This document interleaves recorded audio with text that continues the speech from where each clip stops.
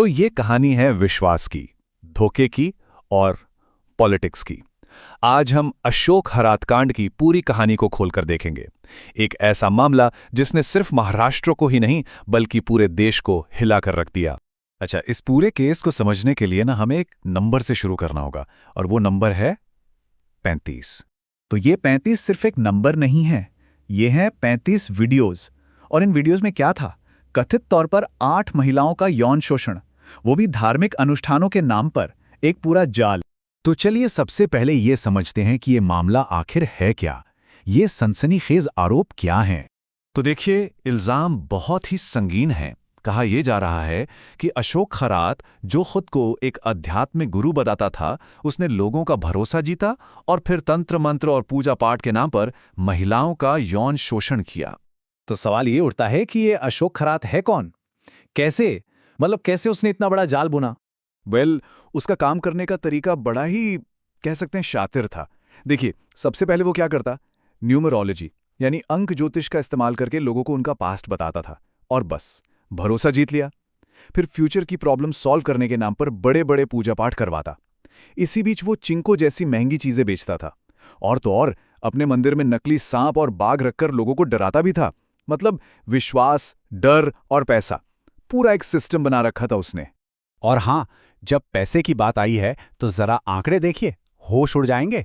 FIR में लिखा है कि सिर्फ एक चिंको के लिए, मतलब एक धार्मिक वस्तु के लिए, लोगों से 10,000 से लेके 1,00,000 रुपए तक लिए जाते थे। 1,00,000! तो सवाल ये है कि इतना सारा पैसा आखिर जा कहां रहा था? वहां के लोकल लोगों का तो ये दावा है कि खरात का जो 16 एकड़ का फार्म हाउस है ना, उसकी कीमत ही करीब 18 करोड़ रुपए है। और ये फार्म हाउस रातों रात नहीं बना। सोचिए, कुछ ही साल पहले ये एक मामूली सी झोपड़ी हुआ करती थी और आज वहां 3 से 4 मंजिला पत्थर की हवेली खड़ी है। और जब खरात वहां आता था ना, तो कोई अकेले नहीं, हर 8-10 दिन में लग्जरी गाड़ियों का एक लंबा चौड़ा काफला उसके साथ होता था। और यहीं से ये मामला सिर्फ एक क्राइम नहीं रहता, बल्कि एक पॉलिटिकल भूचाल बन जाता है। मामले में असली धमाका तब हुआ जब खरात की तस्वीरें सामने आईं, बड़े बड़े नेताओं के साथ। और इन तस्वीरों में एक चेहरा था रूपाली चाकणकर का, जो उस वक्त राज्य महिला आयोग की अध्यक्ष थीं। बस यहीं से सारा राजनीतिक तूफान शुरू हो गया। बात इतनी बढ़ गई कि विधानसभा में मुख्यमंत्री देवेंद्र फडणवीस ने सीधे सीधे कहा वो महिला आयोग की अध्यक्ष थीं और उनका एक ऐसे व्यक्ति से करीबी रिश्ता था जो महिलाओं के साथ दुर्व्यवहार करता था। ऐसी हालत में न्याय नहीं हो सकता। अब इस बयान के बाद उनका पद पर बने रहना तो नामुमकिन था। और हुआ भी वही। पब्लिक प्रेशर इतना बढ़ा कि रूपाली चाकणकर को 2 बड़े पदों से इस्तीफा देना पड़ा। एक महाराष्ट्र राज्य महिला आयोग की अध्यक्ष पद से और दूसरा राष्ट्रवादी महिला कांग्रेस के प्रदेश अध्यक्ष पद से। इससे अंदाजा लगाया जा सकता है कि इस स्कैंडल का पॉलिटिकल असर कितना गहरा था।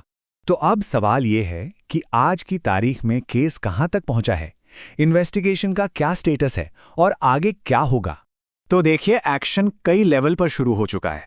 खरात के खिलाफ 5 अलग अलग केस दर्ज किए गए हैं। इनमें यौन शोषण से लेकर महाराष्ट्र के कड़े जादू टोना विरोधी कानून के उल्लंघन के चार्ज भी हैं। मामला इतना सीरियस है कि अब इसकी जांच एक स्पेशल इन्वेस्टिगेशन टीम यानी एसआईटी को सौंप दी गई है। ये टीम उसकी संपत्ति, उसके साथ ही हर एंगल को खंगालेगी। और हां, पुलिस ये भी पता लगाने की कोशिश कर रही है कि क्या और भी पीड़ित हैं। और जानते हैं, इस केस की वजह से एक और बड़ी बहस छिड़ गई है। बहस इस बात पर कि जो कानून इस तरह के शोषण को रोकने के लिए बने हैं वो कितने असरदार हैं। एक तरफ एक्टिविस्ट्स का कहना है कि एंटी ब्लैक मैजिक कानून को ठीक से लागू ही नहीं किया जा रहा। वहीं दूसरी तरफ सरकार ये कह रही है कि देखिए, हम इस हाई प्रोफाइल केस में इसी कानून का इस्तेमाल कर रहे हैं। लेकिन इन सब बहसों के बीच आम लोगों के मन में क्या है? मीरगांव के एक रहने वाले संतोष हेंगे का ये बयान शायद पूरे इलाके की आवाज है। वो कहते हैं उसे इतनी बड़ी सजा मिलनी चाहिए कि हमारे इलाके में कोई दूसरा फर्जी बाबा सिर ना उठा सके।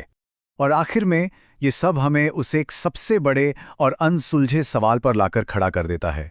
वो तस्वीरें, वो सरकारी फैसले जो उसके हक में जाते दिखे, ये सब देखकर एक ही सवाल उठता है, क्या उसे राजनीतिक संरक्षण मिला हुआ था